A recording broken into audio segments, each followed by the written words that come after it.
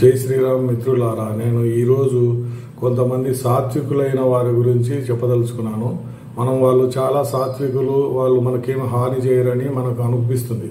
కానీ వాళ్ళు ఒకప్పుడు సాత్వికులే. ఇప్పుడు ప్రస్తుత కాలంలో ఏంటంటే వాళ్ళు సాత్వికులు కారు. ఎలా అయిపోయినారంటే వాళ్ళు కూడా తుపాకులు, కత్తులు తీసుకొని కుటుంబ సభ్యులను కానీ లేకపోతే ఇంకా వేరే వాళ్ళని కానీ హత్య చేయడము మొదలు పెట్టారనమాట. ఇప్పుడు చాలా చోట్ల చూస్తున్నాం కదా, హింస అనేది పెరిగిపోయింది అన్నమాట.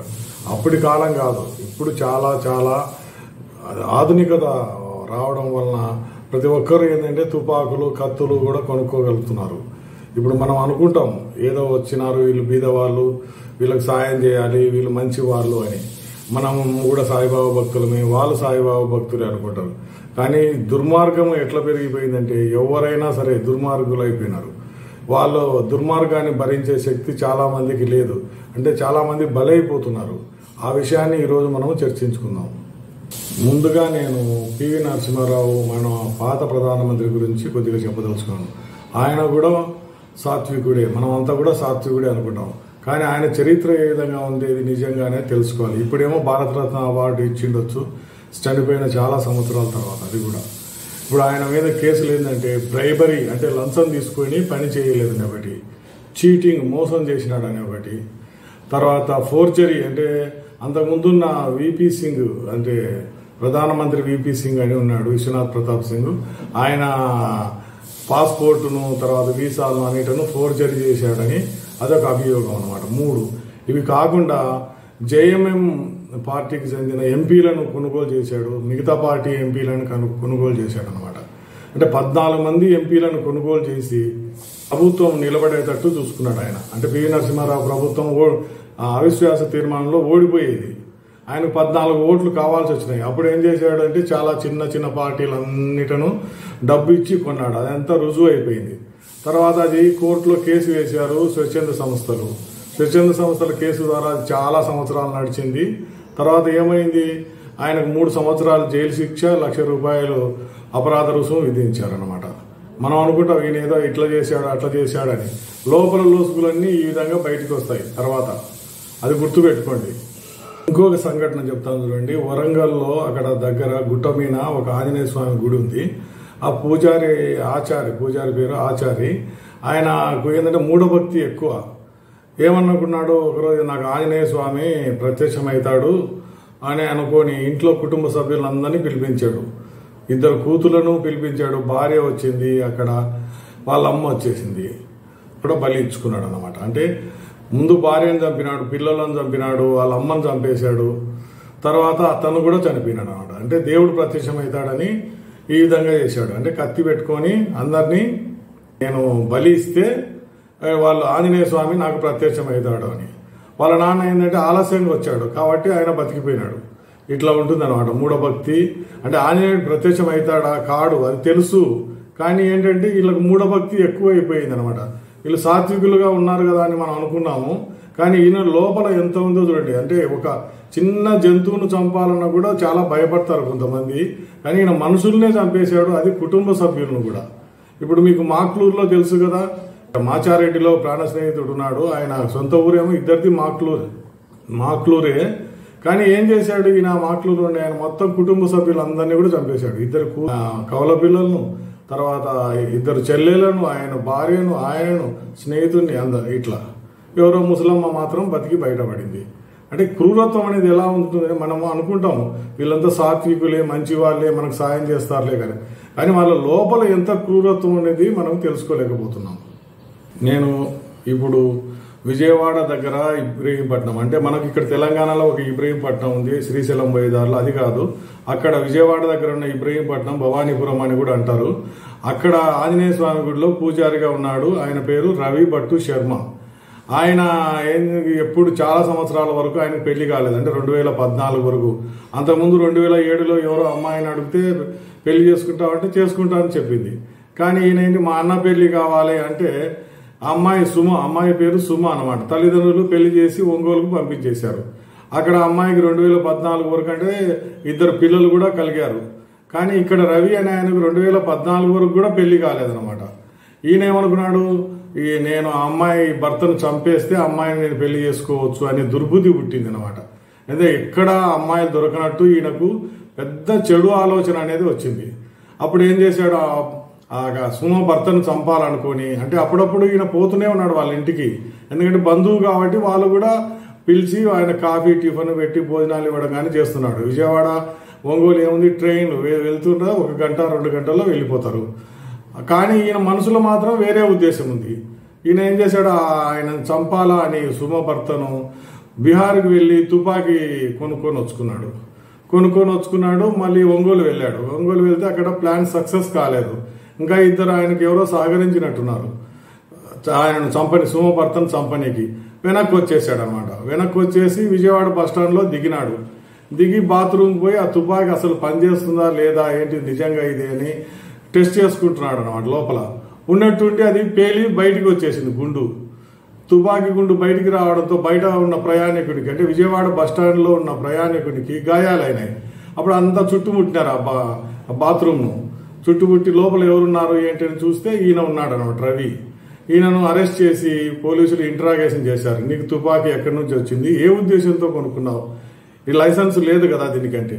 అప్పుడు ఆయన తన దురుద్దేశాన్ని బయట పెట్టాడు అనమాట. అంటే సుమ భర్తను చంపేస్తే నేను మళ్ళీ ఆ సుమను పెళ్లి చేసుకుందామని అనుకున్నాను, సుమను ఇష్టపడ్డాను అని చెప్తున్నాడు అనమాట.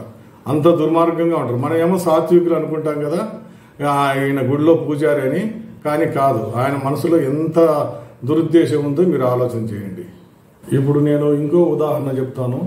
మనం చాలా మంది అపరిచితుడు అనే సినిమా చూసే ఉంటాము. ఆ అపరిచితుడు సినిమాలో ఈయన ఉన్నాడు కదా, విక్రమ్ చాలా సాధువుగా కనిపిస్తాడు కానీ చేసే పనులు చాలా మాత్రం హింస చేస్తుంటాడు. ఎవరైనా అన్యాయం చేస్తే వాళ్ళను చంపడం కానీ, వాళ్ళని బాధ పెట్టి వాళ్ళకి పనిష్మెంట్ ఏదో ఇవ్వడం కానీ, అంటే జంతువుల చేత చంపించడం, తను జలగల చేత చంపించడము, లేకుంటే కాలే రసంలోనో సాంబార్లోనో మనిషిని విసిరేయడము, ఇట్లా ఇవన్నీ చేశాడు కదా.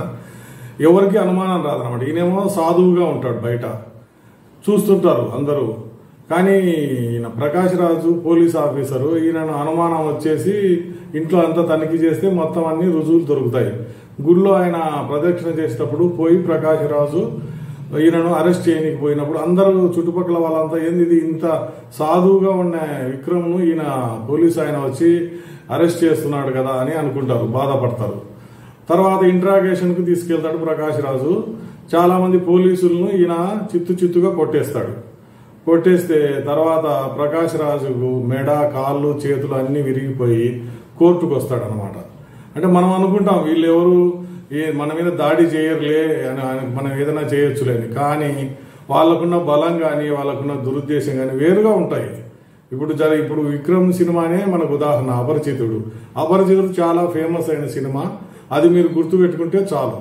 ఈ మధ్య టీవీలలో చాలా రోజులు సెన్సేషనల్ వార్తగా వచ్చిన విషయం ఏంటంటే, ఈ మైసమ్మ గుడి, అంటే ఈ సరూర్ నగర్లో మైసమ్మ గుడి పూజారి ఉన్నాడు కదా, ఆయన ఏ విధంగా అంటే గుడికి వచ్చే భక్తురాల్ని, ఆమె పేరు అప్సరా, ఆ అప్సర అంటే ఆల్రెడీ ఆమెకు పాపం భర్త చనిపోయినాడు.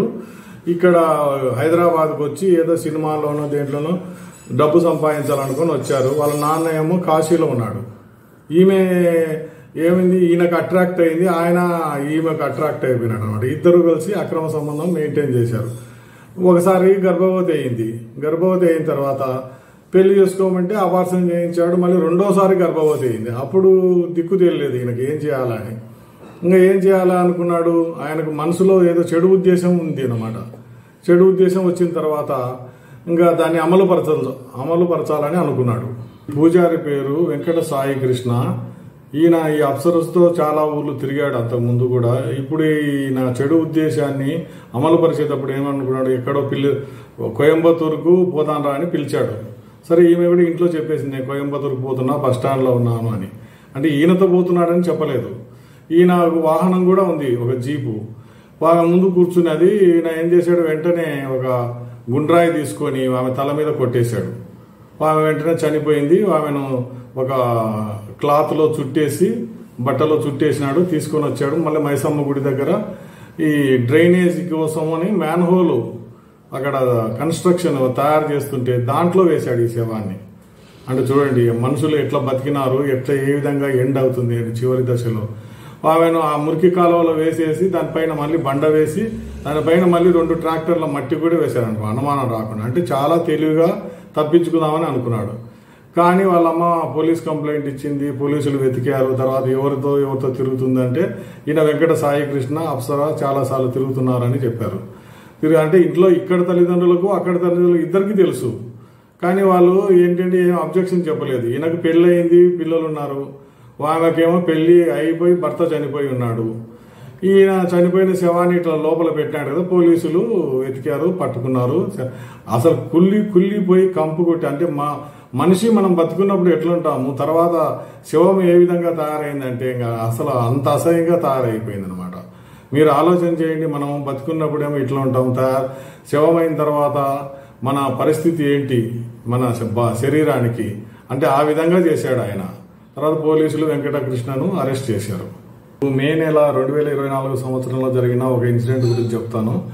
నాగేంద్ర భరద్వాజు సాఫ్ట్వేర్ ఇంజనీరు, వీళ్ళ భార్య మధులత, వీళ్ళిద్దరిది కూడా ప్రకాశం జిల్లా, ఆంధ్రప్రదేశ్ దర్శి మండలం. ఇద్దరు ఇక్కడ హైదరాబాద్ లోనే ఉంటున్నారు. ఈయనకింద డబ్బు ఆశ అనమాట. ఈయన తల్లిదండ్రులు. ఆమె సాఫ్ట్వేర్ ఇంజనీర్ గా డబ్బులు సంపాదిస్తుంది, ఇంట్లో ఇస్తుంది. అయినా కూడా ఇంకా ఎక్కువ డబ్బులు కావాలని ఇంటికి పోయి తీసుకురాపో అని ఒత్తిడి చేస్తున్నాడు అనమాట. ఇది ఇట్లా చాలా మంది ఉంటారనమాట. అంటే వాళ్ళకు ఎంత డబ్బు ఉన్నా, ఎంత ఆస్తి ఉన్నా ఇంకా వేరే వాళ్ళది కావాలి అని. వీళ్ళిద్దరికి ఒక కొడుకున్నాడు. కోపంతో ఇద్దరు పోట్లాడుకున్నారు ఒకరోజు. అంటే ఈ మధ్యనే పోట్లాడుకున్న తర్వాత వెంటనే ఆయనకు కత్తి తీసుకొని ఎంత క్రూరంగా, అంటే భార్యను ఇష్టం వచ్చినట్టు పొడి చేస్తే అక్కడే చనిపోయింది. మళ్ళీ తన మీద కేసు వస్తుంది, తప్పించుకోవాలా అంటే ఆయన పోయి చెప్పలేదు పోలీస్ స్టేషన్లో. కొంతమంది పోయి పోలీస్ స్టేషన్లో చెప్తారు, సరెండర్ అవుతారు.